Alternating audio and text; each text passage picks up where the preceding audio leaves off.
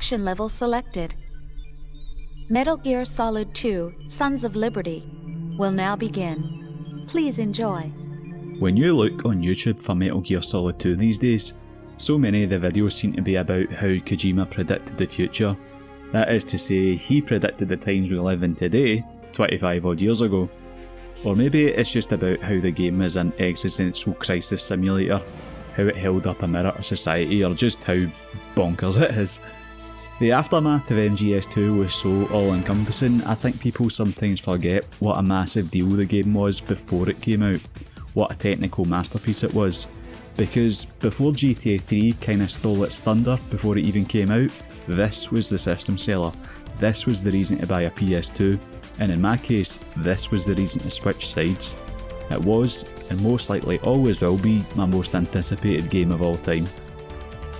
I'd recommend you watch my previous video about MGS1, and that'll give you a good idea of what to expect in this video, the game's story, and also my headspace going into MGS2 when the game was coming out. I like to talk about my memories leading up to the game's release, playing it for the first time, and replaying it today, and there's a bit more documentation on the making of MGS2 compared to 1, so you can look at a bit of that too. And of course I will talk about the marketing, the bait and switch, the crazy plot, and yeah, that maniac really did kinda predict the future, didn't he? But to start things off, we need to go back to the year 2000. So it's the summer holidays, I'm on holiday with my family in Cornwall, Luis Figo is about to join Real Madrid from Barcelona, nasty Nick Bateman is the most hated man in Britain, The Simpsons had only been bad for 2 years, I just thought it was going through a blip. It wasn't. And before the days of smartphones and tablets, kids would bring a couple of magazines on holiday for their entertainment, anything to avoid reading a book. And as I mentioned in the previous video, this magazine was the July 2000 edition of Arcade magazine. It had a multiple page feature on Metal Gear Solid 2, entirely based off a 9-minute trailer from E3 that completely stole the show the month before. Think of this as a perfect storm between the biggest hardware leap between console generations of our lives in the PS1 to PS2, and the fact that between a few screenshots and the text, your imagination would just run wild because you wouldn't be seeing a game in motion until you properly played it.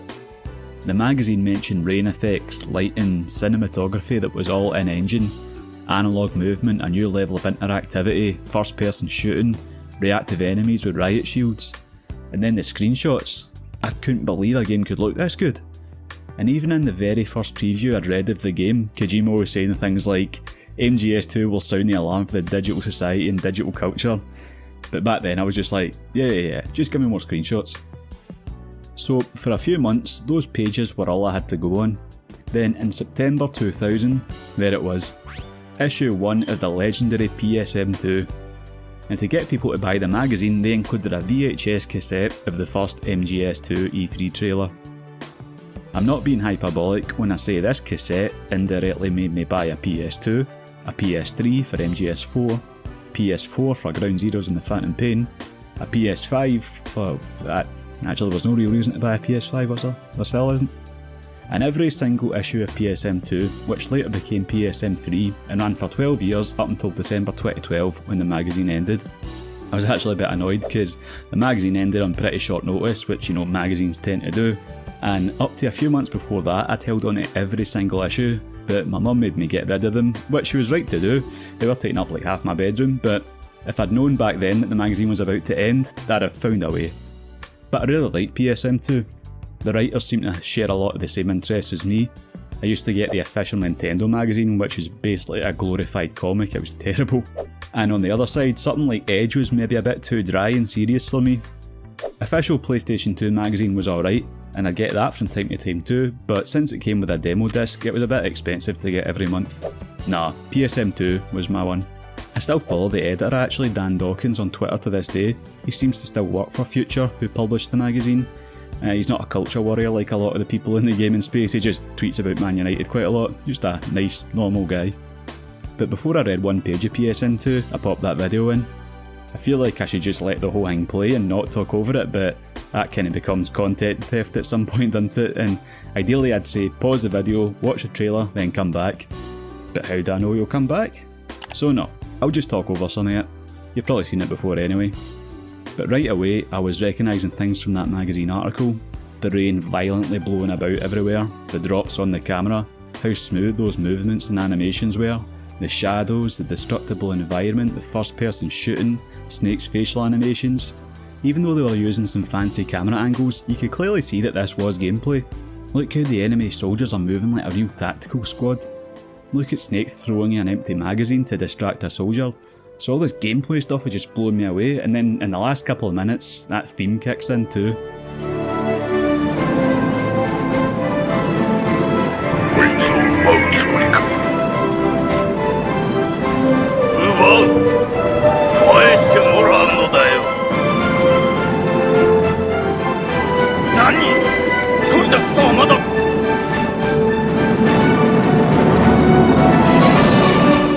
This was my first time hearing this theme. It's not an MGS1, and I hate using this word, but it just felt so epic.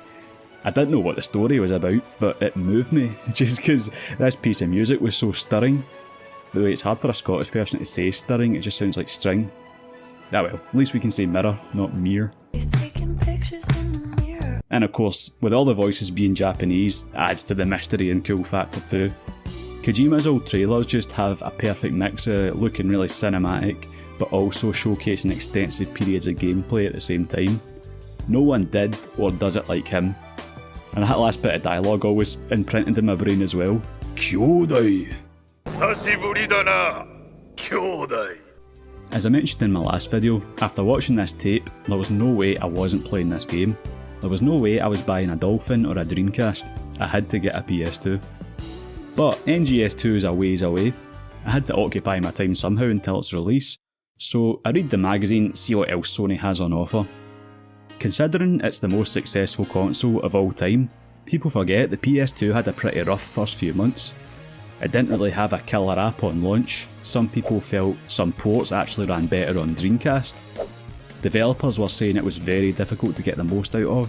Jaggies were the bane of my life for a while. I would sometimes obsess over them because you didn't really have them on the N64 because everything was so fuzzy.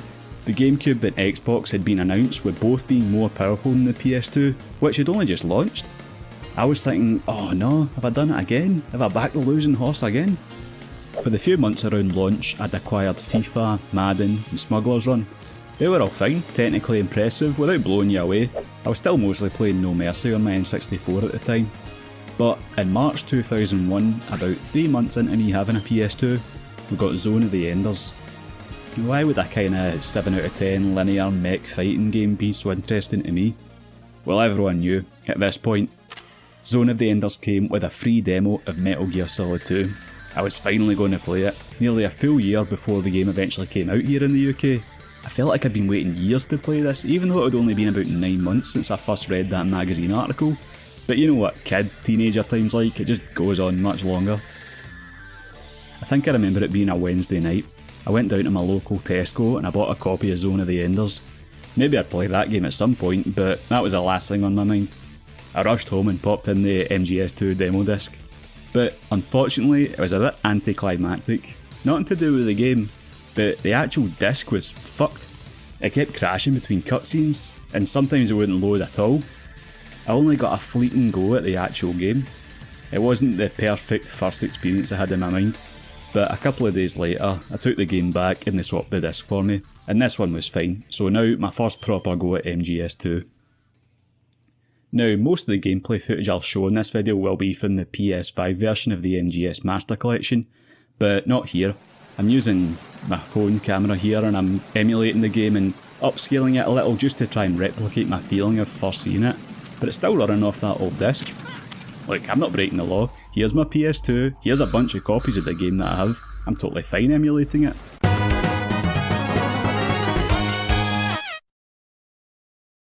But just look at this. I often disagree with those boomer takes of everything old being better. You know, like when someone says Phil Rudd from AC/DC is the best drummer of all time just because he's got that sense of swing that no one else can play with. And I'm like, come on. Like, I'm sure Thomas Hackett of Meshuggah could play Thunderstruck just fine. I'm not so sure Phil could play Bleed flawlessly. But with that being said, it just doesn't get any better than this. In my mind, MGS2 will always be the best looking game of all time, even though I know it's obviously not, but I think it looks better than its sequel, MGS3, and even MGS4, which is a whole console generation ahead. It's just so rock solid and smooth. And one of the first things I remember was the first time you get inside and the screen fogs up a little, it actually felt like getting in from a rainy night. Now, in my Metal Gear Solid 1 video, I waited until talking about my first full playthrough of the game to discuss the gameplay, but I'm going to jump into it here as I played this demo for months. It wasn't just a 2-day rental. Playing it over and over again meant that I was fully used to the gameplay by the time the full game came out. So I'm going to talk about some gameplay now and then we'll go back to the pre-release hype. From watching the trailer and reading magazines, I could tell there was a lot more options for the player compared to MGS1. Handily, this demo tells you what these are thanks to this rather slick menu, with handy video examples and text explainers. I went over the core gameplay in my MGS1 video, and very broadly speaking, it's the same. But there's literally about a dozen new moves in Snake's arsenal. One of my bigger complaints about the first game was that there just wasn't enough opportunity to mess with the guards, both in terms of the number of guards in the game and the tricks you had up your sleeve. It was still more than most, but I wanted more, and MGS2 definitely delivered. Shooting in first person meant you could now target individual limbs, shoot out security cameras, fire extinguishers, steam pipes to blind the enemy, shoot out lights to make it darker. And now you've got a tranquilizer gun to send guards to sleep instead of killing them, and you can actually do a full non-lethal playthrough if you want. Tranquilising their head will mean they'll be out like a light. Tranquilise their leg, and it might take a while, but they do eventually fall asleep and then later wake up. Then you could hide bodies in lockers, hide in lockers yourself. If you crouch down in a locker there's less chance of being seen. If you look forward in the locker too fast, bang your head, and guards might hear it. If you're hiding in a locker and you can't see much, a picture-in-picture camera will pop up showing you the guards doing their checks. You could hang from ledges and hit a guard on the way up. You could do chin-ups for practically no reason. I know about the grip level. Snake's now got a rolling attack that can be blended nicely into his crawling animation too. Just maybe don't do it on the stairs.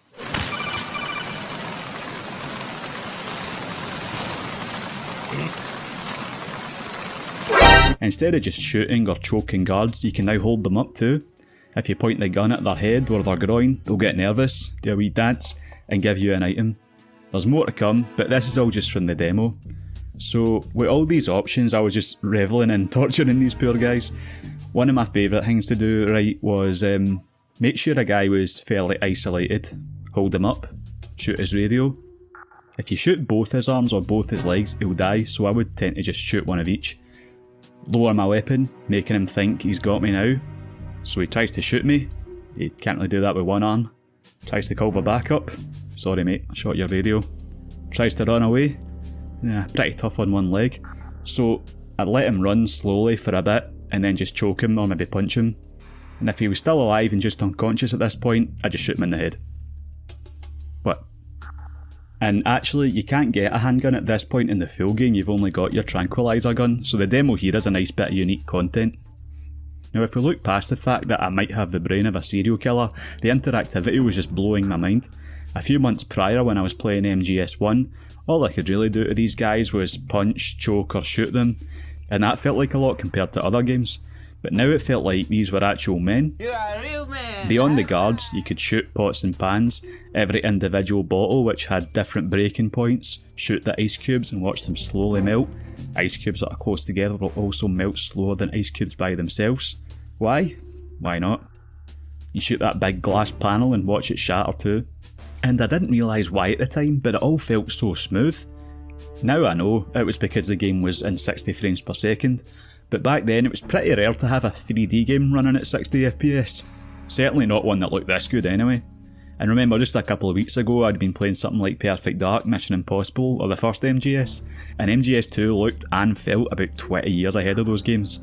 And I know it's become a bit of a meme at this point, more on memes later, but I mean yeah, look at 2015's Arkham Knight, it still looks better than 99% of games that come out today. You just don't see this kind of jump anymore.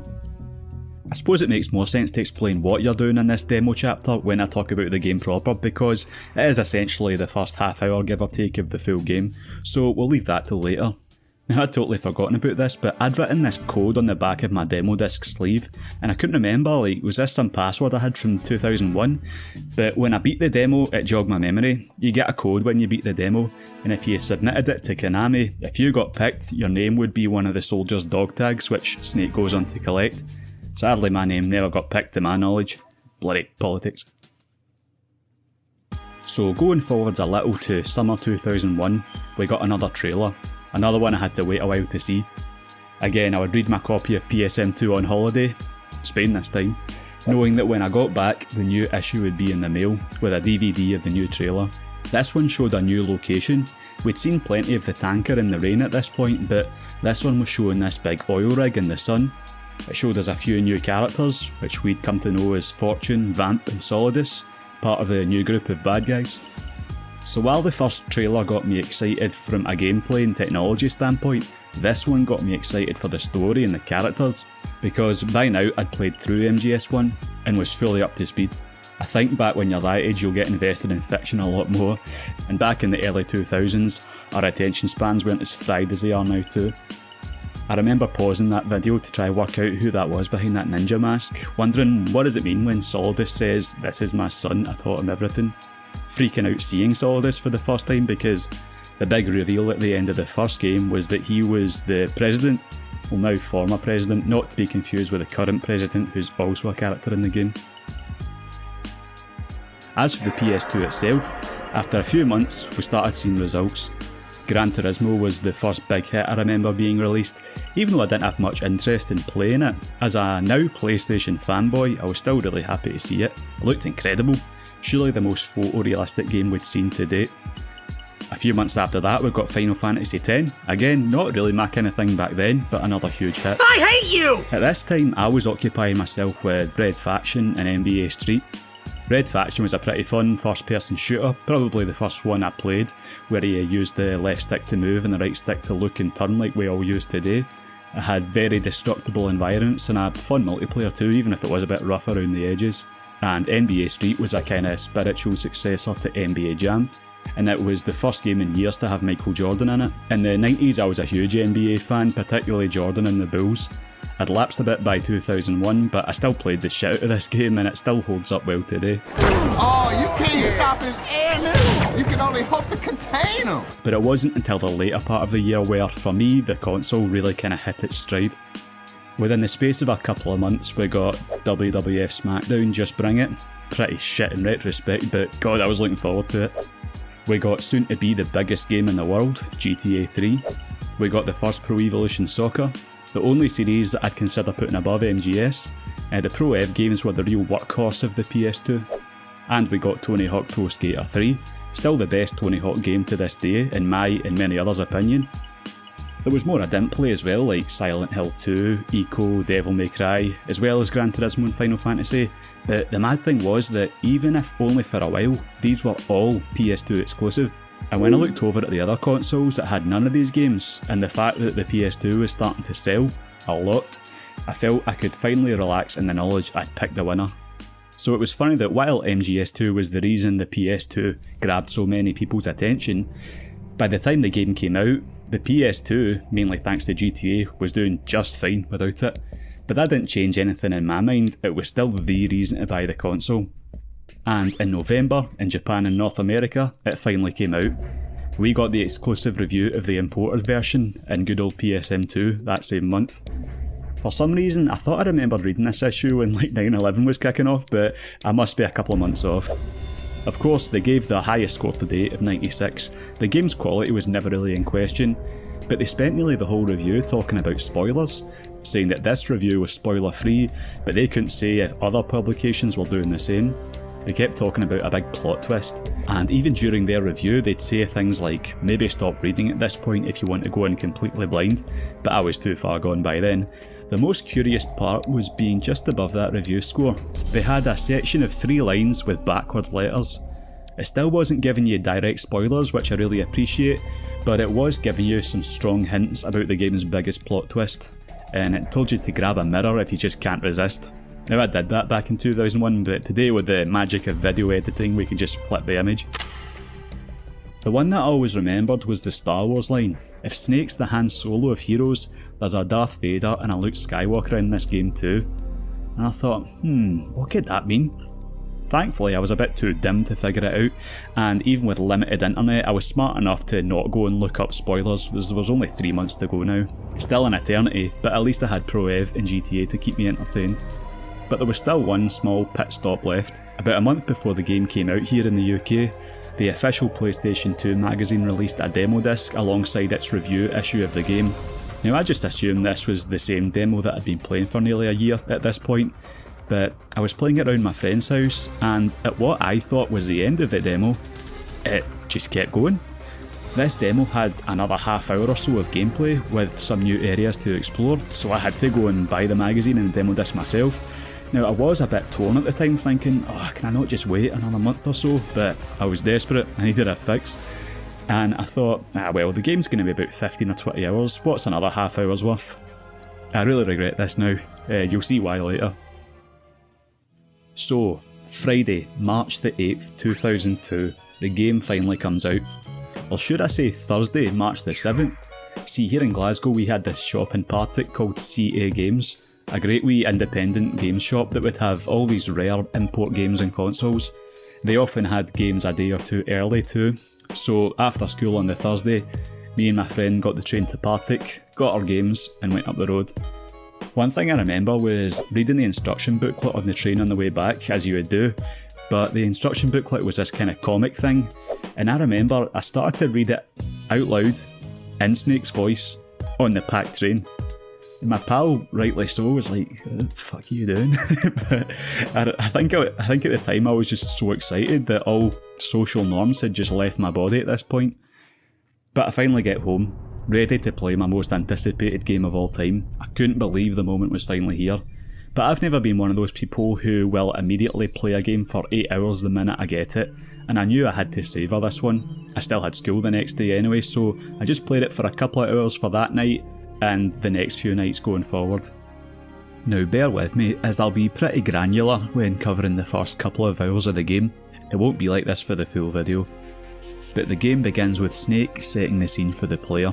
It's 2007, 2 years after him and Meryl escaped Shadow Moses after destroying the Metal Gear Rex and killing the Foxhound unit, including Snake's genetic brother, Liquid. In the first game, the intro gave you the information you needed to follow the story, but MGS2's intro is much more like a TV show intro. This time it falls on Otacon, Hal Emmerich, the scientist Snake rescued from Shadow Moses, to get you up to speed in a codec conversation. These days, Snake and Otacon aren't a part of any organisation, they've started their own, Philanthropy. In the last couple of years since the Shadow Moses incident, a slew of Metal Gear copycats have flooded the market. They've gotten word that a new Metal Gear is aboard this massive marine tanker, an amphibious anti-Metal Gear Metal Gear. Basically, a Metal Gear that could batter any existing Metal Gear.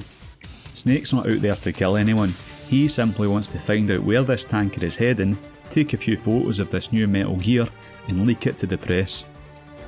Snake rappels onto this tanker in a lovely Terminator 2 reference. It looks like he's been teleported on board just like Arnie was, but it's actually just the rain interfering with his stealth camouflage. But shortly after Snake boards the trailer, these soldiers storm the place, killing the Marines on deck. One detail I always liked was Snake deducting that these were Russians purely by the leader's haircut. But for now, Snake's mission remains the same: find the Metal Gear and take the photos. It's just got a bit more difficult. Speaking of haircuts, Snake's now sporting a glorious, now trademark mullet. This was before even the mini mullet revival of 2005, making it an even bolder choice. And particularly when you see it in this dark lighting, I still think it looks pretty good today. We know hair is usually a graphic artist's worst nightmare, but this is some of the best we'd seen. So now, controller in hand, we make our way onto the bridge of the ship. This is what I'd done probably a few dozen times by now in that demo. There's that feeling of wetness that you really had to see to believe back then. It's still mainly fixed camera like the previous game, but the camera moves about in a more dynamic way, and it gives the game much less of a top-down feel than the last one. There's also a new alert system. In my last video I mentioned that the alert phase died down pretty quickly, but it lasts much longer here. In addition to the alert phase where the enemy knows where you are and they're attacking you, If you manage to lose them, the guards will drop into a caution phase. You get your radar back, but there's additional guards looking for you for an extended period of time. Think of it as a temporary difficult spike as punishment for messing up. Seems fair to me. And in between the alert and caution phase, you'll sometimes get this really cool clearing phase where you get the picture-in-picture of guards sweeping the area.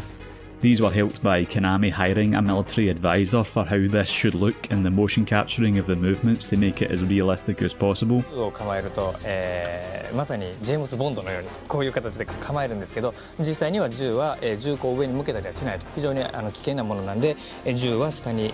Speaking of realistic, there's a video I watched once about Zelda Breath of the Wild and how a focus for that was realistic versus realism.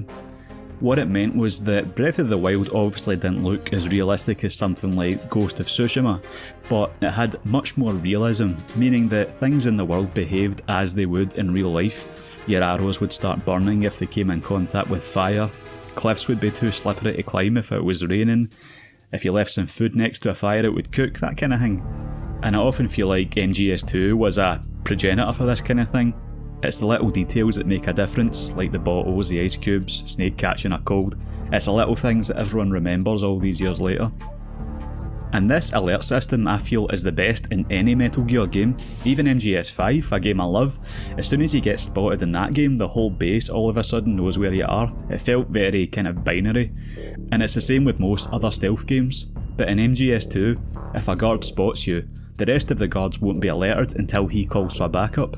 And as I mentioned before, if you plan ahead, you can shoot that radio, or throw a chaff grenade to interfere with it. If you do that, he'll have to run and get help, which again seems very fair to me. And this time, if you kill a guard, he doesn't just disappear like in the last game, you have to hide him out the way and make sure his mates don't see him. This was a pretty close shave, for example. I was talking about hold-ups earlier. Sometimes the guards don't feel too threatened by that puny little tranquilizer gun, and they'll say, "If you're going to shoot, then shoot me." And if you hang around too long, you'll see their eyes flash for a split second before they go, "Fuck it, I can take this guy on." And I know what you're thinking, that sounds cool in theory, but after a couple times that could get pretty annoying. And yeah, you are kinda stuck like that at first, so you're better off just shooting them. But a little later on, you get the handgun. You can call their bluff and shoot them in the arm just to prove you're not messing around, or even just shoot a warning shot near their head and they'll get the picture. Again, another detail that's pretty small but so memorable. So we make our way onto the bridge to find out where this tanker is heading. Even more Russians storm the tanker, and Snake sees a woman by herself on a walkie-talkie.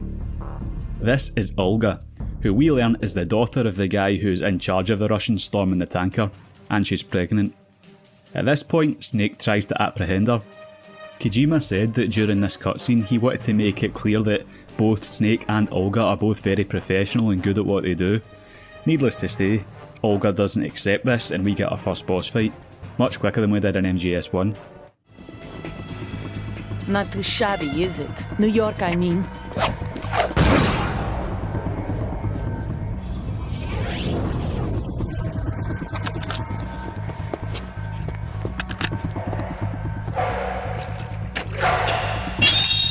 This is a great boss fight. It's not that hard, I mean it is the first boss after all. It's a straightforward pistol duel, making good use of the new first person shooting, but it's just got so much style. Olga can shoot the tarp so you can't see her, but you can shoot it free. She'll shoot the big spotlight to blind you, but you can shoot that too. She'll throw grenades so you can't stay in one spot for too long. But as long as you don't take this moment to work on your chin-ups, she goes down pretty easy, and Snake takes her gun. Just as he's checking she's okay, a security drone seems to take his picture. This is where that first demo ended.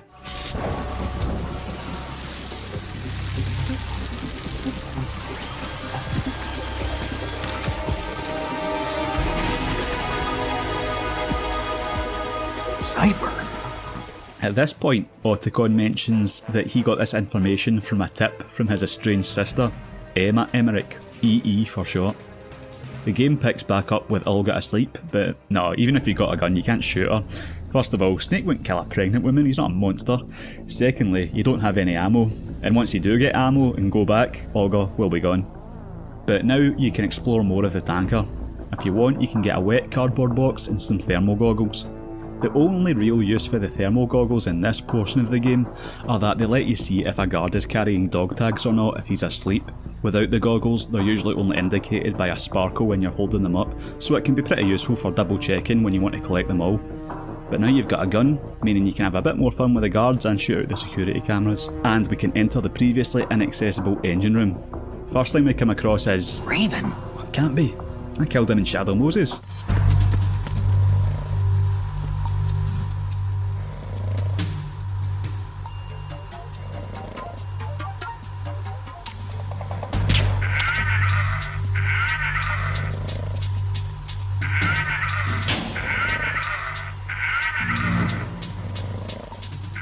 Another nice little detail. Now it shows the series' traditional sense of humour. You wouldn't get that in a Tom Clancy game. And look at those individual pellets bouncing around too, and the shadow moving in the light. Lovely stuff. So we enter this engine room, and we get to make use of the verticality in Snake's new hanging move. This brings us to a bomb puzzle. I always laughed at this front and back poster on the locker too. And it's got a handy bag of flour there just to show us the laser grid. Another really nice little graphical touch. You need to shoot these control units to disable the bombs. I like this touch in the new codec where it will show video in the middle portion. I should say here though, that while the tutorials are a bit more heavy handed than before, they can be easily skipped now in the codec by holding triangle, instead of having to skip line by line like you did in MGS1. And when you get through this bomb puzzle, I'll always remember that next line. Verrazano Bridge checkpoint passed. Verrazano Bridge checkpoint passed. Now why do I remember that? Because that bomb puzzle was the end of the second demo I played, and this was the first new bit of gameplay I'd experienced. I was so excited in the knowledge that after all this time, the wait was finally over. I'd get to enjoy 15 more hours in another Solid Snake adventure. Couldn't wait. So, business as usual. We sneak by or take out a few more guards. The lighting on Snake's gun looks amazing here too. This guy is loving the tunes, but we've sneaked around for long enough. These guys have surely got wind that Snake's nearby by now, and they've got numbers. This is where you might experience your first real firefight of the game, and it can be kinda tricky. The lights are flickering and they dodge pretty fast. I've died at this bit before, but I did pretty well here thanks to the first person shooting and the ability to stand on your tiptoes while staying crouched in cover by holding L2 and R2. You can shoot the steam pipes too to disorient the guards, so they're no match for Snake in the end. I like this touch after you beat them too. Snake makes his way out of the room, and this guard here could probably shoot him, but I think out of respect for Snake's abilities, he just thinks, nah, you're alright, I don't want that smoke, and he just shuts the door behind him and lets out a sigh of relief. This is where we get our first proper look at Revolver Ocelot. He was the first boss in MGS1, but we never killed him, he got his arm chopped off, and his PS2 model, along with Snake's, has got a serious upgrade.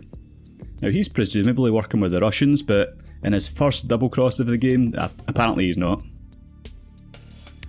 Now Snake's getting ever closer to the new Metal Gear, and there's a bunch of Marines listening to their commanding officer's speech. After you've completed the game once, some of these guys will be in their pants, because, you know, of course they are. Even though these Marines aren't bad guys, Snake still has to stay out of sight. I like that if they do spot him, they don't kill him, because why would they? They just arrest him and it's game over. So you sneak past them, take all the photos needed, maybe mess with the projectors a bit, and upload them on a nearby terminal so Otacon can check them. This is great! The Marines lettering shows up really well. So with that done, all you need to do is get off the ship. Seems simple enough. This is where Olga's dad, the Russians, and Ocelot make their entrance.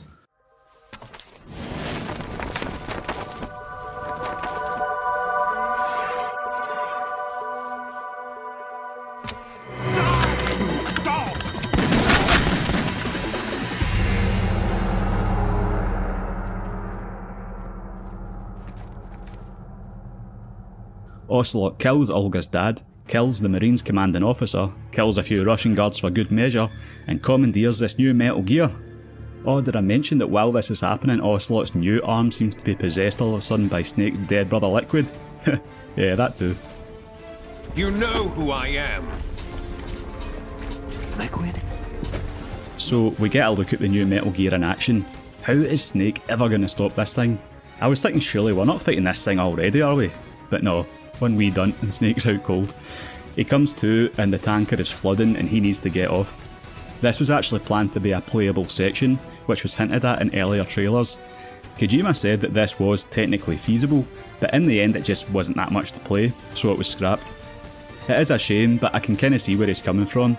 As much as I love it, the controls are still quite rigid, and this kind of thing would be better suited in something like an Uncharted game, which would come in the next console generation a few years later. But the tanker sinks, we see Snake surface, but we don't know how he'll get back to land. We get one last from Otacon, and we flash forward 2 years later to 2009. What are their demands? $30 billion. $30 billion? What makes them think they can get that much? There was a government-sponsored tour. Ah look, Campbell's back from the first game. I was wondering where he was. And Snake's back too. Only his voice sounds a bit higher. Looks like he's wearing some kind of blonde wig too. Must be in disguise or something. And by the way, Snake, we're changing your code name for all following communication. What's wrong with Snake? Just a precaution. You are now designated Raiden. その時に美少年を出そうっていうのが出てきたんですけど、監督が美少年や美少年やって言って、なんか最初冗談かなと思ったんですけどね。What's your name? Raiden. That's an odd name. This was the big twist of Metal Gear Solid 2. This is what my magazines were hinting at. If Snake was Han Solo, this was Luke Skywalker. But at the time, I didn't think this was the huge twist, because Europe did get the game a bit later. I knew about Raiden. The official PlayStation 2 magazine review, the one that came with that second demo disc, did mention that you played as Raiden for a chunk of the game. And I'd forgotten about this, but he is in the game's intro too towards the end, at least in Europe anyway, maybe he's not in the US or Japan one. So I wasn't too bothered at this point, because I'd seen trailer footage of Snake later on in the game, fighting Fortune. I thought I'd play as Raiden for a bit, then get back to Snake. Because this was pretty common. I mean, in Resident Evil 2 you'd play as Leon and Claire, in the upcoming Tomb Raider game you're going to play as Lara and the unforgettable Curtis. It'd be fine. But it was only as I was getting deeper into the game where it dawned on me. We'd been deliberately deceived, and we were going to play the rest of this game not as the most beloved video game character of the current age, but as this new bird shooting, golden showering, awful haircut having twink. I was gutted. As the years passed by, of course I saw this was a genius piece of mental manipulation, breaking the fourth wall using the game's own hype as a major plot point of the game itself. Very Kojima. And being able to see Snake from another character's viewpoint made him an even bigger legend and added more depth to his character. Kojima's always maintained that Snake is the main character of MGS2, you just see the majority of it through someone else's eyes. But then more years passed and I went back to, nah, fuck that, I want to play Snake, you've stolen 2 years of my life. This is why I regret playing that second demo. Unknowingly, I'd already played 90% of Snake's journey. This is why Verrazzano Bridge checkpoint past is always stuck in my head and why it's so bittersweet. From this point on, no more Snake. And this is where I'll start being a bit more brief on the play-by-play, as firstly we'd be here all day, and secondly I just can't connect with this chapter as much because I just miss playing as Snake and I miss that tanker. But that's not to say the game's quality takes a nosedive, because it doesn't at all, it's more that it just hurt my feelings. Interestingly enough, if you're playing the European version of the original PS2 Sons of Liberty, before starting the game you get to pick between these options. If you pick one of the options that says you haven't completed the first game, you skip the tanker and Snake section altogether. The game begins with Raiden being briefed on the mission, and I'm sure one of my friends who genuinely hadn't played MGS1 picked this option and was a bit confused. Even then though, like, he knew who Snake was and he knew all about the tanker, he knew there was a big twist, so I think he probably just restarted it. I doubt there were many people going into this completely blind, but can you imagine? You play through the game as Raiden and then you restart it with this whole new section, about 20% of the game and arguably the best part. It'd be insane. Apparently some people reported a genuine sense of dread or mystery regarding Snake. As they hadn't spent those 2 hours or the previous game playing as him, they saw Snake as a legend but potentially a dangerous guy rather than their own playable hero. But we're stuck with Raiden now, and I suppose we should get to know him. To be honest, Raiden's totally fine. By today's standards, I mean he's downright likeable. But you don't get the best first impression of him. He's got a whiny, high-pitched voice instead of Snake's gruff, manly kind of tone. The character model is pretty bland. There seems to be much less detail in his face than Snake's. And as I mentioned, the hair's just all wrong. Snake's hair had a bit of texture to it. Raiden's looks more like a hood with a fringe just stuck onto it. Snake had a furrowed brow and a bit of stubble, and Raiden doesn't even look like he can really grow any. And I feel like something was lost in putting this to disc, because when you look at Raiden's concept art, I think he looks pretty cool. His hair's a bit more wild and there's more definition to his face. Of course, Yoji Shinkawa's character art would make anyone look cool, but I still think they've dropped the ball a bit here. They definitely get a bit closer to this look in MGS4. Then after barely a few seconds of controlling him, he starts arguing with his girlfriend Rose, who's on the codec taking Mei Ling's place to let you save the game. He really couldn't have felt any more different to Snake at this point. His real name's Jack too, so they were like Jack and Rose and like a nod to Titanic, a film that I've never seen and I'm sure I'd actually quite like, but in 2002 I resented Titanic because for me that was the film that took James Cameron away from my favourite film franchise. I tried that about 5 times. The Terminator. So warranted or not, all kinds of red flags. And in gameplay terms, Raiden's section doesn't start off too well either. In Snake's section, yeah, there's a pretty long set of cutscenes and codec conversations before you take control, but after that there's quite a lot of freedom just to mess about in. Raiden's section is really stop-start at the beginning, with way too many interruptions and more push the action button tutorials, treating you like a bit of an idiot. I think it would have been wise if the game knew you'd played through the tanker already, could have just edited these parts out entirely, but kept them in if you hadn't played the tanker. As for the plot, like I said, we're 2 years removed from the tanker chapter. We know that Ocelot sunk the tanker, but officially Snake has been framed for it and declared dead. Raiden believes he's a member of Foxhound, who I guess are maybe back to being good guys now, and under orders from Campbell. He's tasked with infiltrating the Big Shell, which I'll also sometimes call the plant, same thing. A giant kind of oil rig decontamination facility. He is to rescue the US President and other hostages from a terrorist group called the Sons of Liberty. Very similar to how Snake infiltrated Shadow Moses 4 years ago, also under orders from Campbell. The terrorist group in question this time, instead of Foxhound, are Dead Cell. They consist of Fortune, Vamp and Fatman. They're holding these hostages for a ransom of $30 billion. They're supposedly being led by Solid Snake. Again, imagine this was your introduction to the game. Don't worry though, we're not fighting Snake. We get a glimpse of him very early on, and soon enough we meet up with him. He tells us that he's a Navy SEAL and his name is Iroquois Pliskin, a reference to Snake Plissken, Kurt Russell's character from Escape from New York and the inspiration for Snake's character model. And the name Iroquois means black snake or adders. You could say by choosing this name, Snake is hiding in plain sight. But our Snake isn't the leader of the terrorist group. It's not Liquid either. Dead, remember. It's a third Snake, Solidus Snake, more on him later. But other than setting the scene like I did there, I'm gonna go pretty light on plot. Here's a little peek behind the scenes. I actually wrote out a whole section of what you do in this big shell and beyond, but even though I was trying not to, it was turning into, and then we meet this guy, and then we freeze some bombs, and then we do some swimming, and then we fight this boss. There were little moments in all of these sections that I wanted to talk about, and I didn't want to leave anything out, but it was really turning into a play-by-play of the game, explaining the plot, which I never really set out to do. It felt like it was slowing down the momentum of the video. There's nothing wrong with doing videos like that.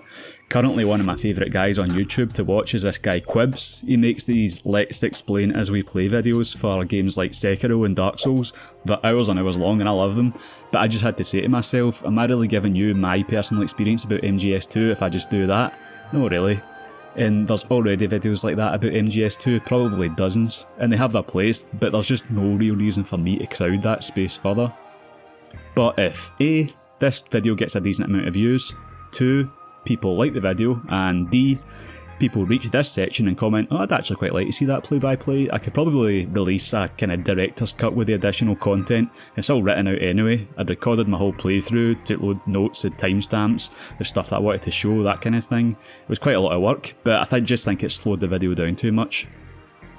Because when I try and tap into my headspace back then, the tanker section with Snake was almost too good to be true. This was literally a perfect sequel. The aesthetics of that rainy tanker were perfect. It had the biggest graphical jump between games only 3 years apart that we'd ever seen. They'd made all these huge additions that really transformed and added to the gameplay. They'd added a level of interactivity we'd never seen before.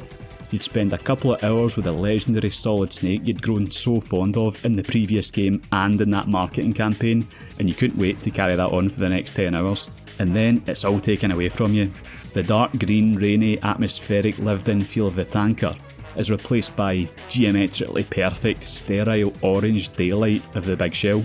Your codec in the last game felt like a mixture of friends you could chat with or experts you could rely on for advice. Maybe I'm romanticising them a bit much. Colonel was keeping loads from you. Dr. Naomi injected you with a lethal virus.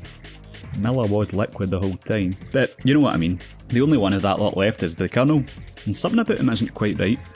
Instead of being able to flirt with Mei Ling and Naomi, you've got your girlfriend nagging you about remembering what day tomorrow is.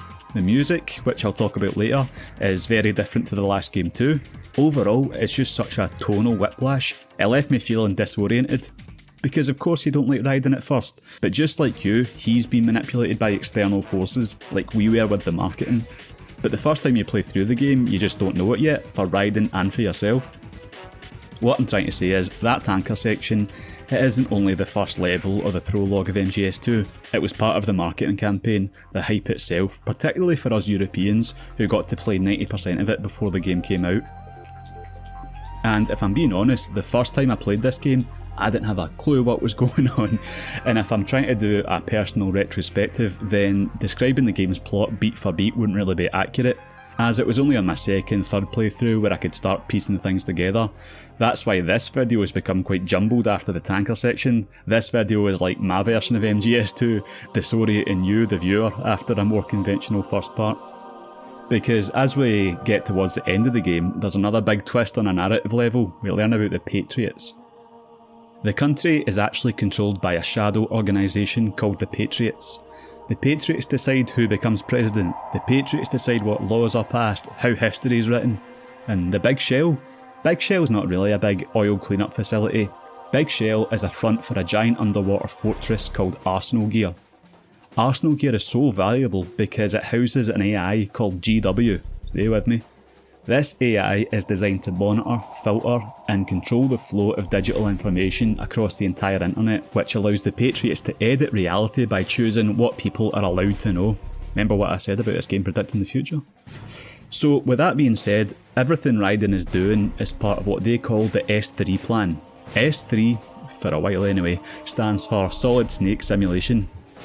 A real-life training program designed to build an army of future Solid Snakes, because as you play through the game you start to notice similarities. Raiden swims onto Big Shell during the infiltration, just like Snake did with Shadow Moses. Raiden rides a lift up and takes off his mask, just like Snake did at Shadow Moses. Raiden encounters a mysterious ninja throughout the game, just like Snake did at Shadow Moses. Raiden has to battle Dead Cell, Snake battled Foxhound. Raiden has to rescue an Emmerich, just like Snake did. Raiden has to battle a Harrier jet with a missile launcher. Snake battled a Hind D helicopter. Raiden guides a remote control missile to meet an important person. You get the idea.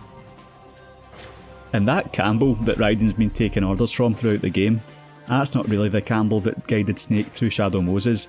This is an AI Campbell designed to simulate the real one. Matthew Matosis pointed this out in his MGS2 video from years ago, so I'm not going to pretend this is an original thought by me, but it's testament to what a good job Campbell's voice actor did. The first time you play through the game, you likely won't notice much difference in Campbell's voice. You might just have thought maybe the actor was phoning it in a bit, but when you play through it again you can definitely tell there's an artificial, robotic quality to his voice compared to MGS1, but not to the extent that it would throw you off immediately. It must have been a pretty tough balancing act. Don't forget the grip gauge. It will keep decreasing during a hanging maneuver, and once it runs out, you will fall. When you hear that noise, press the select button. The codex receiver directly stimulates the small bones of your ear. No one but you will be able to hear it. Got it. And not only that, when this S3 plan is being explained to Raiden, we're getting shown the same promotional footage that we were duped by. We see Snake fighting Fortune, Snake in the bloody hallway, Snake meeting the ninja. But this didn't happen. That's not what I played, that was Raiden. The point they're making is that the Patriots just see Snake as a digital asset that can be swapped with anyone, because they control the flow of digital information. And I can't believe I'm using this word, but it felt like gaslighting before we even knew the meaning of the word. You start thinking, did I play this game wrong? Was there a way to play as Snake that I completely missed? It really is the ultimate fourth wall break, in many ways more so than the Psycho Mantis fight in MGS1. The Patriots haven't just manipulated Raiden, the character, they've manipulated us, the player. It goes so far beyond a simple bait and switch that it's kind of insulting to Metal Gear to compare it to a similar trick they pulled with The Last of Us 2 marketing, because in The Last of Us 2 they never acknowledged that bait and switch in the game. It was more of a simple marketing smokescreen to hide a plot spoiler. And when you take a step back, you do like Raiden more, because he went through it with us. Raiden, get a grip. But Snake, it's a trap. Since the Colonel doesn't exist, there's no way he can take Rose hostage. Yeah, you're right. I am right. Okay. Does Rose exist? Don't be weird. She's your... What if I've never really met her? What? If the Colonel is something that I partly dreamt up, then everything I remember about her could be... Don't jump to conclusions. You and Otacon are the ones that say the Colonel never existed. Raiden. Is this what Olga was talking about? But as I try and wrangle this video back into a more conventional one, I want to underline, this doesn't speak to the quality of the gameplay overall. It's still an extremely fun game this whole time. You just might be having a bit of meltdown in the process. And there's still some other gameplay elements to talk about. Raiden basically plays the exact same as Snake, but with some different animations. There's a bit more spring in his step. Instead of Snake's spinning heel kick, Raiden's got more of a martial arts double kick. Instead of crawling down into a prone position, Raiden does a kind of burpee. Instead of Snake's forward roll, Raiden does a cartwheel. And when hanging off or pulling up from a ledge, Raiden does a cool flippy hang. I've mentioned the codec a couple of times. Watch my MGS1 video for how it works, because it's functionally the same here, but there's a couple of differences too. First of all, a godsend. Holding triangle lets you fast forward the whole conversation, very handy for replays. Secondly, when Raiden or Snake aren't talking, you can push R2 or R1 to hear what they're thinking. R1 for positive, R2 for negative. How are things? All right, we're in luck. Looks like there are no... Just a precaution. You are now designated Raiden. Not a chance. This will be your first sneaking mission. You can use the analog sticks to pan the camera around the faces too. In the early demo this would actually rotate Snake and Otacon a bit instead. So functionally, it's better. But visually, it looks a bit sterile to me. I miss those gritty looking sprites of MGS1. I just like seeing Shinkawa's drawings as much as possible, I think, but I suppose maybe it's just a personal preference. One of the first things you might notice is that the radar is gone. In order to get it back, most rooms require you to log into a node. Did you say nerd? Not nerd, node. Oh. I'm not really sure what they were going for with this. You can usually find the node pretty quick and it just feels like a bit of unnecessary friction. The camera is often very zoomed in and it feels quite unpleasant to navigate your way around blind. It just hammers home the point that these games were designed to be played with a radar. I can tell the team really wanted to get away from players relying on that radar because it can become quite a crutch. They even give you the anti-personnel sensor, which makes your controller rumble a bit if a guard is nearby, but they just didn't have the camera system to compensate at this point. Now, for roughly the first half of the time you spend in Big Shell, you're disarming bombs. And this is a brand new mechanic, and disarming bombs is pretty fun. It's the first time you get let loose with Raiden and explore the Big Shell. You get a sensor telling you the rough position of the bomb on the radar. It beeps when you're close by, usually in an inconvenient or hard to reach place, and then you spray it with the coolant spray. And that coolant spray's got some other uses too. As well as being a bit of pest control, you can spray it to wake up guards which you've put to sleep. It was a bit annoying on that tank having to pick them up and drop them over and over to wake them up. This idea came about thanks to one of the people working on the game. I mean obviously, but during the game's development everyone working on the game would have a sketchbook and they had to come up with an idea every day. Kojima would read through these sketchbooks at the end of each day, and if he liked an idea in one of them he'd try to implement it into the game. Just a nice tidbit into the forced creativity going on in the game. Now I've played through this game about 6 or 7 times and it's not especially difficult. But I think my last playthrough was when the PS3 remaster came out back in 2011, and I was getting my arse kicked a bit here. The guards are pretty tightly packed, a lot of the surfaces make your footsteps louder, and in each area you've normally got a guard who will patrol and report back via radio every minute or so. If you take him out, the guy who he's reporting to will ask questions and send someone in to check if he's okay. Why are you late with your status report? What's going on? Respond. Communications with Strut F have ceased. Carry out an investigation immediately. Making it impossible just to take everyone out and freely explore. The only way around this is taking that guy out and properly hiding the body. They'll come looking for him, but if they can't find him they'll conveniently just give up. Annoyingly, I only remembered this towards the end of my playthrough, but at least that meant I got some firefights for the footage here.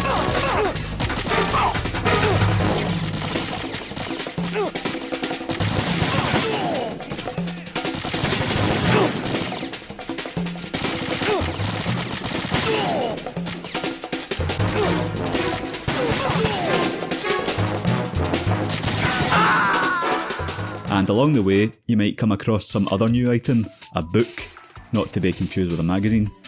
This is a magazine full of girly pictures that you can lay down on a guard's patrolling route. They'll be distracted, very distracted by it, and you can sneak by them, no harm done. I mean, these guys probably hadn't seen a woman in a long time, so I can completely understand. In the original European PS2 version of Sons of Liberty, these were actually branded FHM magazines, which was a popular lads mag over here at the time. You didn't get that branding in any of the subsequent releases, for licensing reasons I assume. There's also the directional microphone. Someone you're tasked with saving has a pacemaker, and the D-mic helps you notice his irregular heartbeat. You can call people who clearly aren't him, and enjoy the results. What is it with these games and piss? There's some more Easter eggs you can find with the D-mic too, and telling you about all the Easter eggs in this game would require a whole other video. I'll link one below if you're interested. So many of these Easter eggs and hidden codec conversations are inconsequential, but they're fun. They give the game variety and texture, and they encourage you to replay it. It's that common criticism of today's open world games that they're as wide as the ocean but as deep as a puddle, and MGS2 is the complete opposite. Before I move on to bosses, I just want to touch on a couple of the new allies we meet along the way, Peter Stillman and Emma Emmerich. A poor old man who got dragged along for this picnic. I thought you'd retired. I did. Can't keep up with everybody, as you can see. Peter Stillman is the man who taught Fat Man, one of the bosses, everything he knows. He tells us how to disarm the bombs using the coolant spray, with us taking half of them and Snake taking the other half. I really like Peter Stillman. It felt quite rare to get black characters in games at this point that weren't just your typical "oh hell no" types. But Stillman, voiced by Greg Eagles, is an intelligent, flawed but likeable guy. He might look like Samuel L. Jackson, but he's played in a much more Morgan Freeman way, with a calm, authoritative, world-weary, haunted by guilt kind of tone. It's just a shame that he did adhere to one of the black stereotypes of the early 2000s fiction by dying pretty early on. I seen this movie. The black dude dies first. As for Emma, she's, well, you know how it goes by now. Otacon's estranged sister, who's a brilliant mind just like him. Her backstory involves not being able to swim. This is simply because when she was a child, her dad committed suicide in their pool. Emma was shouting Otacon for help, but he was busy shagging his mother-in-law upstairs. Families. I like Emma though, and she's maybe the best acted character in the game. She's voiced by Jennifer Hale, who voiced Dr. Naomi in the previous game, and she was my favourite performance in that game too. So I guess Jennifer Hale's just a really good voice actor. The animation's good too. She's got the body language of a teenage girl, and body language definitely didn't exist much in games back then. Can't say that I do. You're not only cute, but smart too. Alright, steady on, mate. Along the way, Emma gets stabbed by Vamp. She needs to upload this virus onto the Patriot's AI, and she's doing this in her dying moments. When we get her back to the computer room, we see one of my favourite bits of the game that I've never seen anyone else mention. Got the disc. It's that wee movement, the way his arms are crossed, the way he discreetly says, got a disc, because he wants to be respectful of Emma and Otacon, and this was that PS2's so-called emotion engine being put to use. But sadly, after uploading the virus, that's it for Emma. A sad scene, very tastefully done. Emma and Otacon had a rocky relationship, they hadn't seen each other in years, but it's revealed via the common method of parrot that she never stopped talking about him this whole time. And not to kill the moment, but just before she dies, Emma says to Otacon, "Call me Emma." Then there's quite a long pause, and then Otacon goes, "What's wrong with EE?" And obviously he means, what's wrong with the name EE? But I think because of that long gap, I'd forgotten what Emma had just said, and then Otacon was saying, "What's wrong with EE?" As in, what's wrong with her? It's like, can't you tell me? She's stabbed, dying. What? Please call me Emma.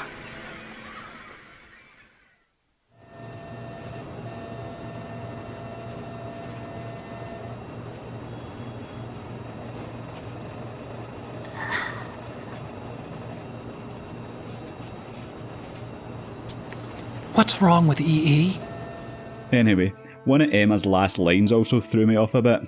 She says to Otacon, "I just wanted you to look at me as a woman," which Otacon can't even really process before she dies. So there was me, a 16-year-old, just wanting to play my cool stealth game with ninjas and explosions, and Kojima's giving me hints of step-sibling incest. He does like breaking taboos, but yeah, messed up family. And by the way, this whole time, since a few minutes after you started with Raiden, Pliskin has been a codec contact, as in Snake. He's also disarming bombs and trying to help the hostages just like you, and it's cool being able to talk to Snake practically whenever you want. Of course, part of me still wishes I was playing as him, but I do admit it's nice seeing him from a different perspective. After a while, Snake does figure out that Pliskin is Snake, and I like Snake and Raiden's relationship. Snake will give him advice, but he's also quick to back Raiden up, saying things like, "This guy can handle himself," and he doesn't really treat him like a baby. He doesn't say something like, "Oh, let me handle it, rookie." Don't go pointing that thing everywhere, kid. And he's not a part of this trickery and simulation. He's one you can trust. Now, he does fuck him over a wee bit towards the end, but it's for their own good. I know subverting the audience's expectations became a big thing in 2017 with Rian Johnson's Star Wars film, but there was definitely a bit of that in this 2001 game too. Look at a couple of the bosses. At first glance, the fight with Fat Man looks like your battle with Vulcan Raven in MGS1, but instead of this jacked minigun wielding shaman, you've got this fat guy on roller skates who likes drinking wine through a glass with a straw in it, but not actually using the straw to drink it, I noticed. We see Fortune in the E3 2001 trailer and think, oh, this will be a really interesting boss fight, but it all boils down to just staying alive for a couple of minutes. But the whole subverting expectations isn't done in the same way as Rian Johnson did with Star Wars. You see, what Rian Johnson did was subvert Luke Skywalker. He made Luke it's hard to say. He made Luke look like a grumpy, apathetic old man. He used Marvel humour to undercut serious moments, whereas Kojima subverted our view of Snake, but not Snake himself. If this game was made today by someone else, you might expect Snake to be uncaring or made to look weaker than Raiden, when it's the total opposite. He's also with Raiden this whole way, he doesn't turn his back on him. When Raiden's at his lowest, naked and alone, with his mind in bits after realising he's been in a simulation this whole time, then this is happening as well. Snake shows up with unlimited ammo. Snake's got Raiden's gear and a brand new sword for him to play with, which is followed up by one of the best parts of the game where him and Raiden team up to take apart dozens of guards. And if you're not too distracted by what you're doing in these parts, you'll see Snake's more than holding his own too. Now, onto the bosses. Before the game came out, between trailers and previews, we could gather that this time the big bad guy was Solidus Snake, the third clone of Big Boss along with Solid and Liquid. He's by no means a good guy, but his aim to break free of the Patriots' control, which is why he staged this terrorism coup, does have an understandable motive at least, and he doesn't just want to destroy the world. My one regret with Solidus is that we don't really get much dialogue between him and Snake. He's much more tied to Raiden, which is cool for giving Raiden's character more depth, but he is Snake's brother after all. It'd be nice to have a bit more sibling rivalry, like we did between Snake and Liquid in MGS1. But the first boss we fight in Big Shell is Fortune. My name is Fortune, lucky in war and nothing else. And without a death to call my own. Hurry! Kill me, please! Fortune is given that name because she's very fortunate. Bullets can't hit her. She's got this big railgun, so how do you beat her? Well, you can't, even though her life bar is so small. As I said earlier, this is just a matter of surviving for a couple of minutes. You have to avoid getting hit by her railgun, avoid the objects falling on you, and avoid getting caught on fire. An interesting note is that Kojima had actually initially planned for Raiden's hair to be able to catch on fire in this fight. That'd leave him bald for the rest of the game, which would have been amazing, but it didn't make the final cut. I've never died at this boss though, and it's not much to it really. It certainly looks the part though. Later, Vamp. Now!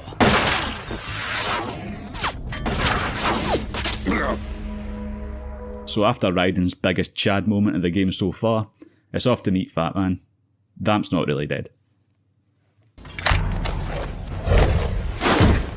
That is why I dislike boorish military types. It's time to start the party.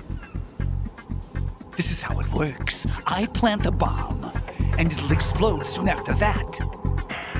If you prefer to stay in one piece, you'll have to disable my bombs. Laugh and grow fat. Let's move! Fat Man was the only villain we'd not been introduced to before the game came out. The Fat Man fight is a little like a sped up version of the Vulcan Raven fight from MGS1, and thanks to those roller skates to get around, the big guy can certainly shift. You're in a big square with rows of crates for cover, just like in that fight. The simplest way is just to shoot or punch Fat Man when you get a chance, and then when he goes down, shoot him in the head. Rinse and repeat a few times. The twist being that Fat Man is also planting bombs at the same time, which you need to disarm in quite a short time limit. You can also leave claymore mines for him to skate into, which will take him down, or you can throw a grenade to disorient him too. Apparently he can slip in bird shit as well. Been there, mate. But I don't remember seeing this on any of my playthroughs. After beating Fat Man, there's one last bomb of his to take care of. Where could it be? There it is. You have to shoot the Harrier down. Snake, we got company. I'm counting on you.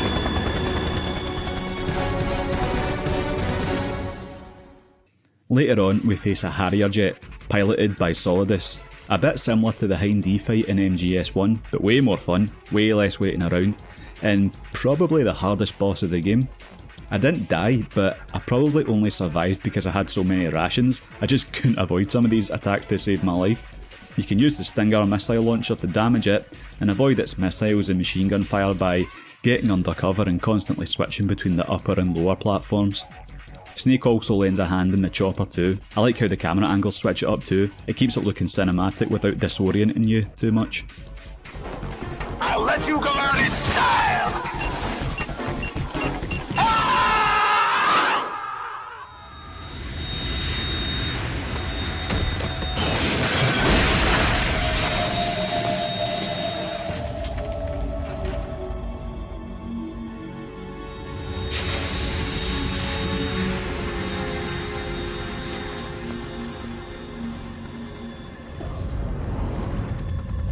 There's something coming up.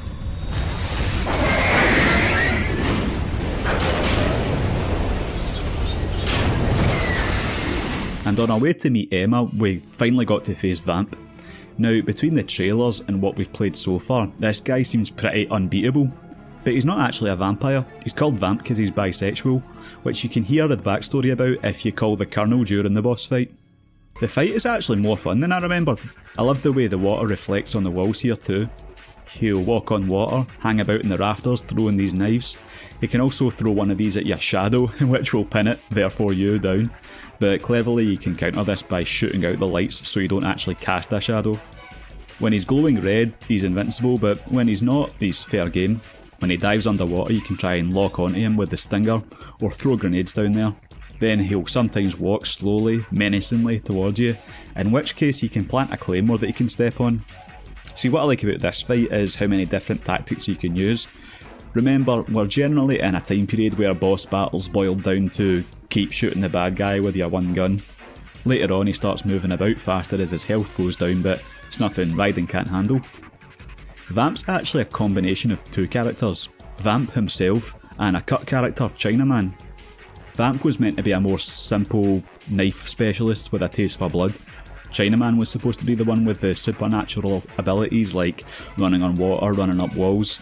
Vamp's also got a dragon tattoo on his chest that was meant for Chinaman, and when Chinaman dove underwater like Vamp does in this fight, the tattoo was going to come to life and you're going to have to leave blood in the water as a trap, but unfortunately Chinaman got cut due to time and development constraints.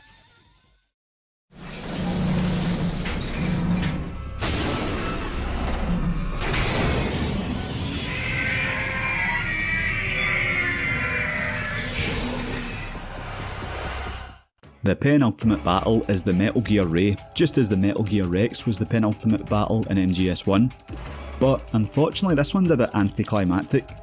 See, 2 years ago in that tanker, Ray was smashing the whole thing up. Even Snake looked a bit scared of it. It looked unstoppable. It had such a build up in those trailers, but we don't fight Metal Gear Ray, we fight Metal Gear Rays, plural.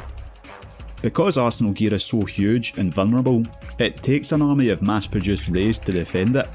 And if I wanted to use a wrestling comparison, that Ray from the tanker was like Goldberg in WCW. Arsenal's army of Rays were booked more like the leftovers of the NWO when it's full of jobbers like Scott Norton, Vincent, Hogan, Horace Hogan, and they're just waiting to be taken apart.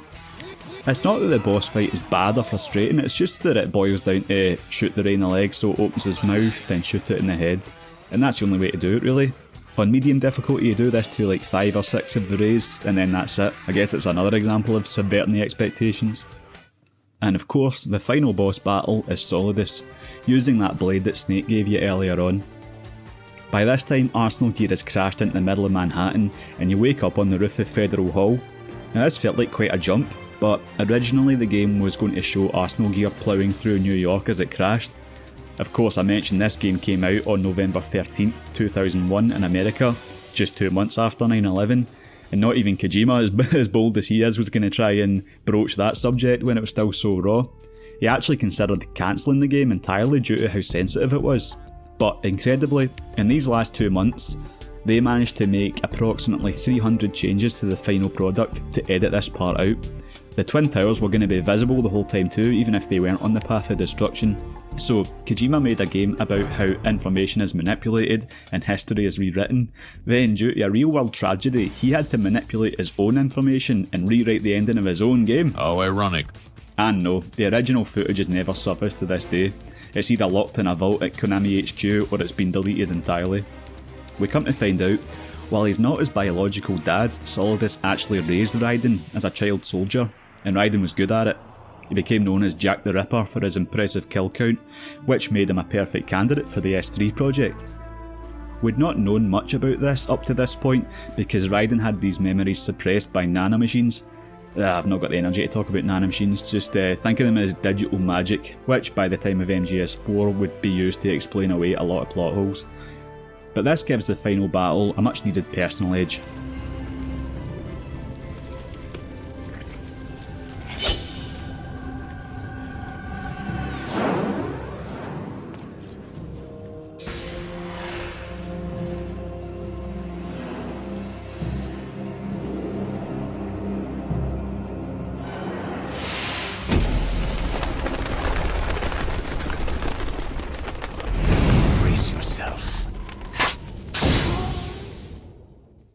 Now this blade is practically a brand new mechanic, even if it's suggested that you use it alongside Snake to take care of those guards.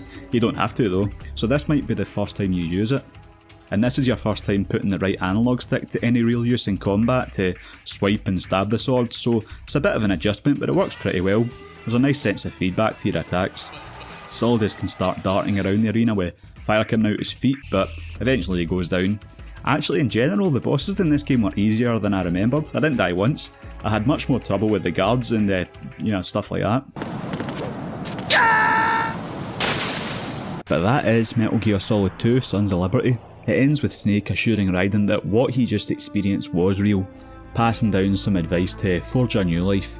This was also Kojima's way of passing the torch to his staff and delivering his message through Snake, as he'd planned to move on from Metal Gear after MGS2. And then 3, and then 4, and then Peace Walker. If MGS1's theme was Gene, MGS2's is meme before meme meant meme. The original definition of meme is a unit of cultural transmission, not, Shrek. In 2001, MGS2 told us the future would be ruled by memes. We thought it was just some sci-fi term. We didn't realise that 20 years later, the meme would practically be the only way we communicate. Kojima warned us that if we don't choose what we pass on to the next generation, then the system will choose for us. As I mentioned at the very start of the video, this is probably the biggest talking point of Metal Gear Solid 2 today, how it predicted the future. If you search MGS2 predicted the future on YouTube, after this video of course, you'll get a ton of examples of how it does this, but I'll just show a screenshot of the master book that comes with this collection if you want to pause it and have a wee look. All this junk data, preserved in an unfiltered state, growing at an alarming rate. It will only slow down social progress, reduce the rate of evolution. The digital society furthers human flaws and selectively rewards development of convenient half-truths. Just look at the strange juxtapositions of morality around you. Billions spent on new weapons in order to humanely murder other humans. Rights of criminals are given more respect than the privacy of their victims. You exercise your right to freedom, and this is the result. All rhetoric to avoid conflict and protect each other from hurt. The untested truths, spun by different interests, continue to churn and accumulate in the sandbox of political correctness and value systems. Everyone withdraws into their own small gated community, afraid of a larger forum. They stay inside their little ponds, leaking whatever truth suits them into the growing cesspool of society at large. So is MGS2 the sequel I wanted? Well, no, I think I've mentioned that a couple of times by now. By the end of my first playthrough, did I feel as satisfied as I did with MGS1? No. But do I prefer it to MGS1? Yeah, absolutely. On a basic level, the gameplay is a lot more fun, you can mess about with the guards more, it's 60 frames per second and the graphics are much better, so I like replaying it more. But even though I like it more than MGS1, at the same time, I have more problems with it. First of all, and I think this is maybe a controversial opinion because I've not really seen it anywhere else, but music's kinda shit. Now, maybe shit is putting it a bit strongly, but god, do I miss the vibes of MGS1. In my last video I talked for a good 5 minutes about everything the MGS1 soundtrack did right. The synthesised sound, the memorable melodies, the sense of tension, the emotions it brought out, and MGS2 has barely any of that. It's a different team working on the music this time. While MGS1 was done with Konami's in-house sound team, Kojima saw the film The Replacement Killers and wanted the guy that did that soundtrack to do Metal Gear Solid 2. This guy was Harry Gregson Williams. And when I first became obsessed with the hype of this game, I saw that he'd done the Enemy of the State soundtrack and I thought, I've heard of that film, I like Will Smith, this is class. And to Harry's credit, he did an amazing job with the main theme of the game, without doubt one of the great video game theme songs. And the soundtrack for those two films are totally fine, they fit the mood of Metal Gear Solid, and during cutscenes they do the job of just being there even if they don't blow you away. That's not really my problem. My problem is with the gameplay music. At first I thought this was the first case of Kojima's Hollywood obsession becoming detrimental. You know, casting aside the talent in the gaming industry as soon as he got a chance to work with someone in the movie business. I thought Harry was responsible for this shift, but upon further research I don't think he's at fault. I think the culprit is Norihiko Hibino. And of course when I say fault and culprit, please understand this is just my personal opinion. Like I said, most others don't seem to agree with. But Hibino has quite an extensive jazz background which has influenced the games he's worked on, and I don't like jazz music, especially not in my tactical espionage action. In the tanker section, it starts off well, the alert music is great, it's got all that same tension that MGS1 had, and it's almost like an evolution of that theme, even if there is a bit of brass, it's fantastic.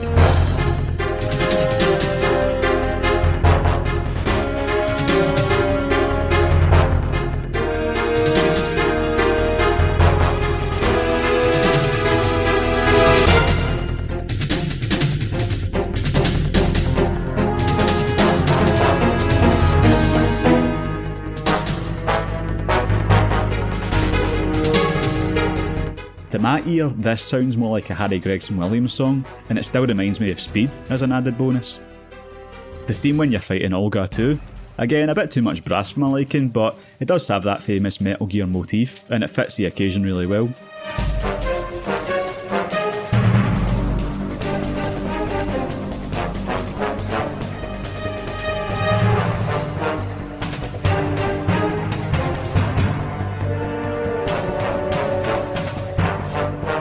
But even the first sneaking song you hear,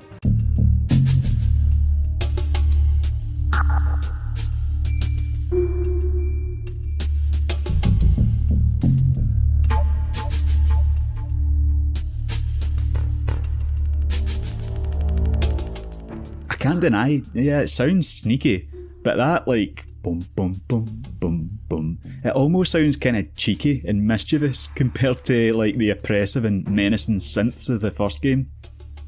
And then when we're in the plant we hear a lot more of that jazz influence. At first I thought they were just being a bit stereotypical by using jazz music for Fortune, a black woman, but the saxophone in particular is everywhere. Saxophone and stealth thriller just don't really mix for me, it's really not my cup of tea.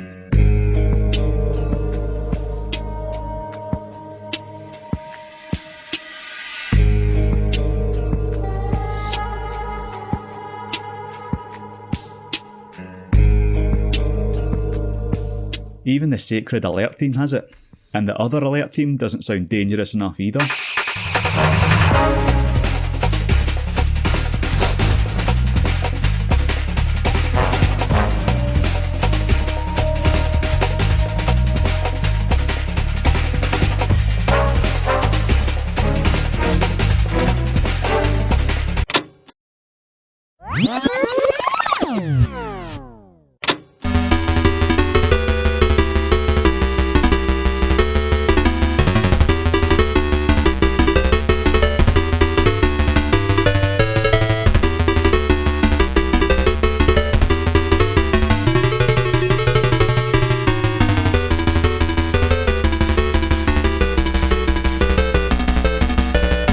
And then there's the boss music. As a reminder, here's the boss music from MGS1.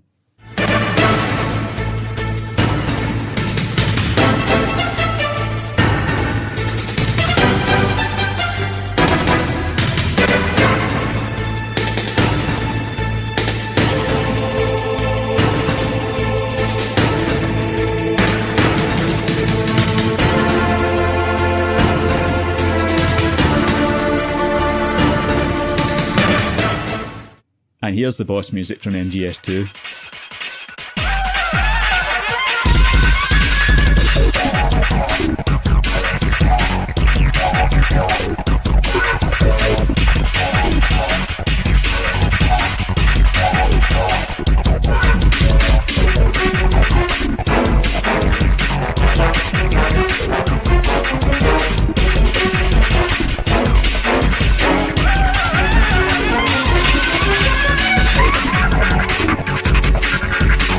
I don't dislike the song, but what the fuck is that?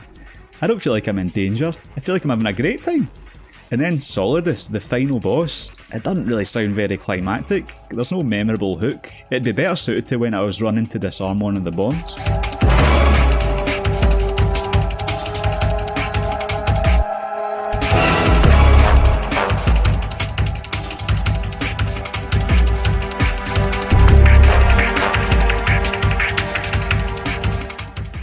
And then when you're in Arsenal gear, I like the music during the sneaking part. Not that I'd listen to it while I was doing the dishes or anything, but because the game's basically turned into a horror at this point, it's creepy and unsettling and it fits the tone well.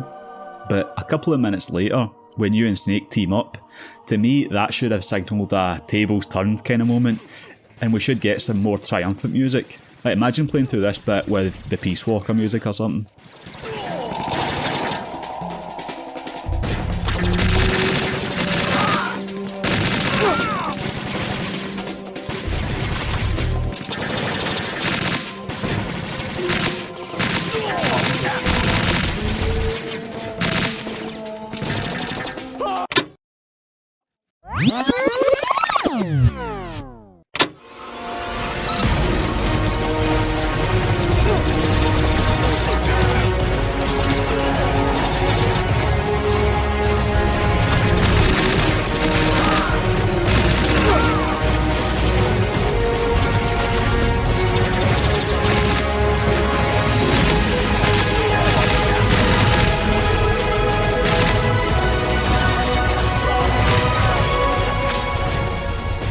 left the worst for last, and there's no blaming Norihiko Hibino this time. I'm talking about the ending song, I Can't Say Goodbye to Yesterday, composed by Rika Muranaka, the same guy who composed the ending song for MGS1, The Best Is Yet to Come. I love The Best Is Yet to Come. Like I said, it makes you feel sad and reflective, even if you can't understand the words.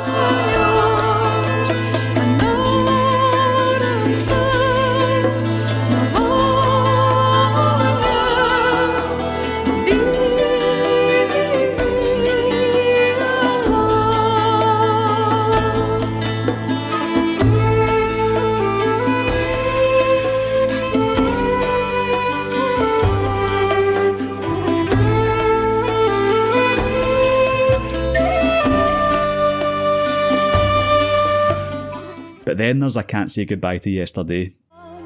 These will show I can't say goodbye to yesterday, my friend. I keep holding on till the end. Out of the darkness there is no. It sounds so schmaltzy and like classic Hollywood jazz piano, and just picture like Peter and MJ dancing to it at the end of Spider-Man 3. It's even got lyrics you can understand. It makes me sick. The only thing that would have been worse would have been if Kojima got his first choice, which was going to be Frank Sinatra's New York, New York. Jesus Christ. Then there's a more popular complaint, and one that probably doesn't rile me quite as much. But yeah, the cutscenes and codec conversations are a bit much. Even magazines at the time, who weren't giving away story spoilers, were still complaining about this in their reviews. Even if the game scored really well, it was always a common stick to beat it with. It's got more gameplay than MGS1, but the cutscenes are much longer. And yeah, blah blah blah, cutscenes are skippable. I've made that point perfectly clear in my last video.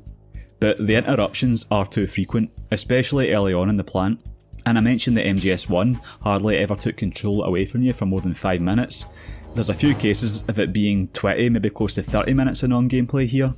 But the most damning part of this is that throughout the game, you'll meet someone in a cutscene, talk for a few seconds, and then they'll say, let's switch to nano communications. In-game the reasoning is, of course, codec is more stealthy and secretive than talking out in the open, but we know the real reason. The real reason is that it's much easier and cheaper to animate two static heads talking on a codec rather than a fully animated in-game cutscene. Now, I totally understand that conceit, but what I would say is when you find yourself relying on this method so much, maybe you could have found ways to make the dialogue a bit more concise and to the point. Like I said before, I love the codec as an outbound method of communication which you control, but less so the inbound method when you're forced to take calls. In my last video I mentioned that between the music, the environments, the silence, the reverb, atmosphere and vibe is what MGS1 did best. And the tanker keeps that up perfectly. But then, as I mentioned, when you get to Big Shell, it's daylight, it's sterile but it's not cold. I bet it smells of seaweed and bird shit. All the bridges look the same aesthetically, the rooms aren't too different either. It doesn't quite have that variety or sense of progression that MGS1 did. It's not all bad though, I do quite like that golden hour look that the outdoor environments have, and I like that time passes when we eventually reach sunset, which looks really nice. And the game still knows when to be silent and have the ambience be a soundtrack as well.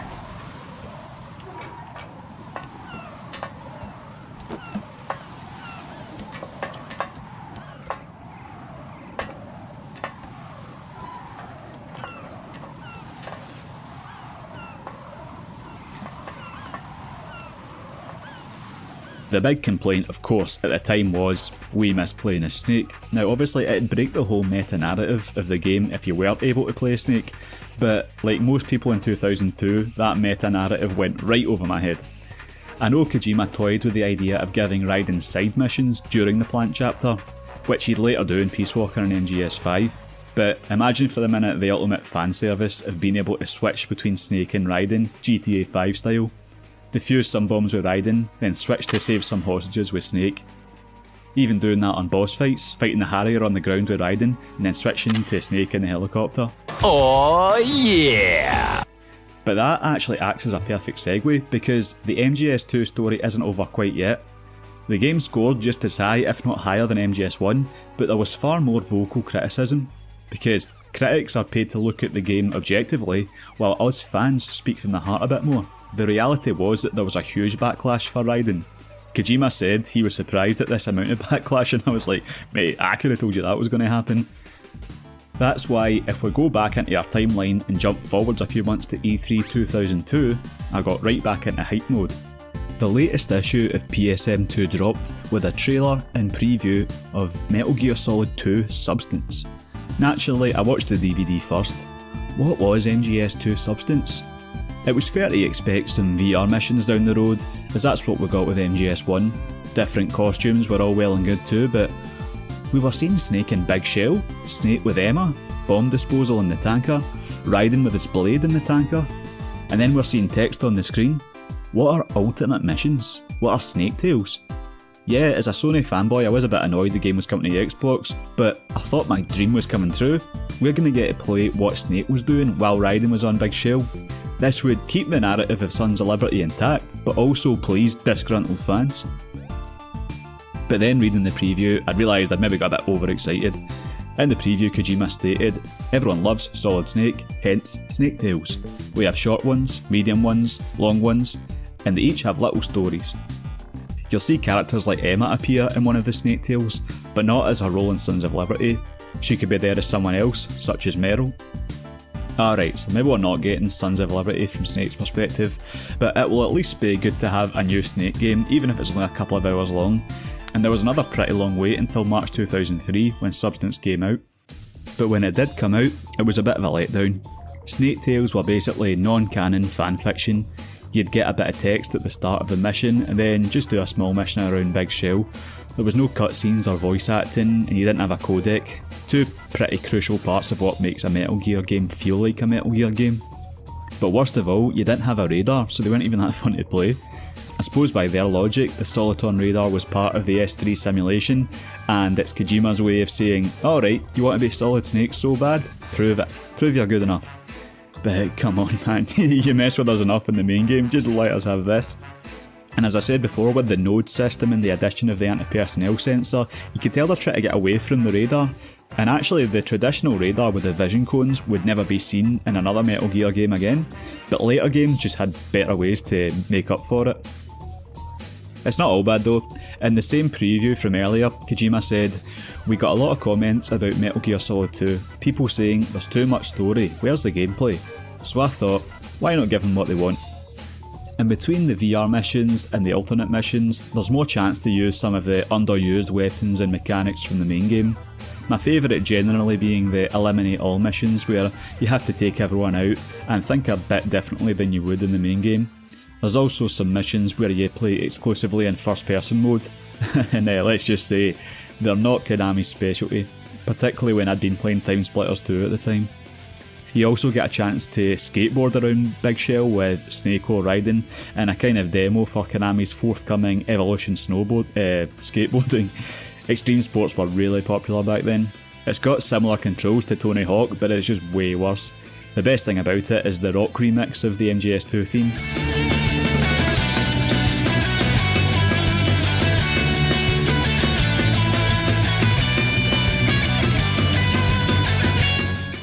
Although this skateboarding game wasn't actually included in any of the subsequent re-releases of MGS2, so it's a neat curio at least. This time around, I actually played the Substance missions before playing the main game, as I planned to talk more about it, but I didn't realise how much I'd end up talking about the main game, and I feel like I'm running out of steam a bit here. Substance is fine, but they could have done more with it. I think PSM2's score of 78 is about right. But one thing I'd forgotten was that while PSM2 were big champions of MGS2 when it came out, they seem to have soured on it a little bit by the time Substance came out, saying, well yeah, it's still the best, but with Splinter Cell sneaking up, how long can that last? And just to touch on Splinter Cell for a moment, they're very different games to be honest. I like MGS2 more, others will prefer Splinter Cell. I think MGS2 has aged far better, not only in its narrative, but how it looks, plays and runs. To be fair, MGS2 had a cinematic, slightly stylised kind of look where Splinter Cell was going for photorealism, which was always going to age worse. But even back then, I couldn't believe people were saying Splinter Cell looked better. Yeah, it's got better lighting and it might look better in a single screenshot in a magazine, but it was pretty choppy looking when you saw it running, and it's pretty wonky to play too, especially the shooting. The AI was way dumber too. The MGS2 guards would coordinate a lot more when attacking you as well. Basically, in MGS2, you felt like you had to outsmart the guards. When in Splinter Cell, you just had to outsmart the light bulbs. But in Splinter Cell's defence, it did wrestle control away from the player less. It had a much more modern camera too, and I like that Sam Fisher had some fancier moves from getting around. PSM2 saw sense and scored it 5 points lower than MGS2 in the end, but they rightly said Kojima would have been a fool not to take notes from it. The last part about Substance I have to mention is another thing that's been lost to time, the second disc, the document of MGS2. This was a pretty cool and useful resource for making this video. It lets you pause some cutscenes and pan the camera all around to see what was going on under the bonnet. It had some concept art showing us those Chinaman sketches, and that they considered making Vamp a woman at one point. My favourite part of this is like just the chronicle of MGS2, which showed a timeline of the whole development with a lot of interactive milestones. It's just fascinating to see it all laid out like that. For example, we got the Zone of the Enders demo a few days before the Yanks, so we got to play MGS2 first, even if they did get to play the game about 4 months before us, the full game, but we played it first. And then you see that the outline for the game was done even before MGS1 was released, so going all the way back to my previous video playing Nintendo, even back then Kojima was planning to piss all of us off with Raiden. But now, it really is the end. I always thought I'd just be making 20-minute videos, like how could I write an hour's worth of talking about one game? My MGS1 video was over an hour and I thought surely I can't do that again, but this one's turned out even longer. I suppose MGS2 just brings it out of you. There's no way I can say all I want to say without that word count going into 5 digits. I've always seen MGS1 and 2 as 2 parts of the same story, and then the series kind of turned into something else. These are the 2 Soliton era games if you want. I actually finished my MGS1 video quite a while ago, but I didn't want to release it without MGS2 to go alongside it. As for MGS3, no plans to make a video about that just yet, but never say never. I love that game too, and I've not played Delta yet, so that could be interesting. I hope you've enjoyed the video. I hope that it's felt like a bit different compared to other MGS2 videos you see, and I hope you can tell this comes from a genuine person and a genuine fan. It's not some AI scripted video pumped out to catch on to some popular trend that just recaps the plot in 20 minutes with a thumbnail saying, "This changed everything," or "It predicted the future," or "MGS2 didn't meet my expectations, it destroyed them." Some pish like that. And even if my personal experience isn't particularly eventful or different to a lot of yours, I hope you can relate to what I've spoken about, because sometimes that's all you want. You know, you'll be watching it and say, "Oh, I remember that. I remember thinking that same way," whether that's from a trailer, a magazine clipping, or experiencing the game itself. Leave a comment if you did enjoy or relate to these videos, and thanks for watching.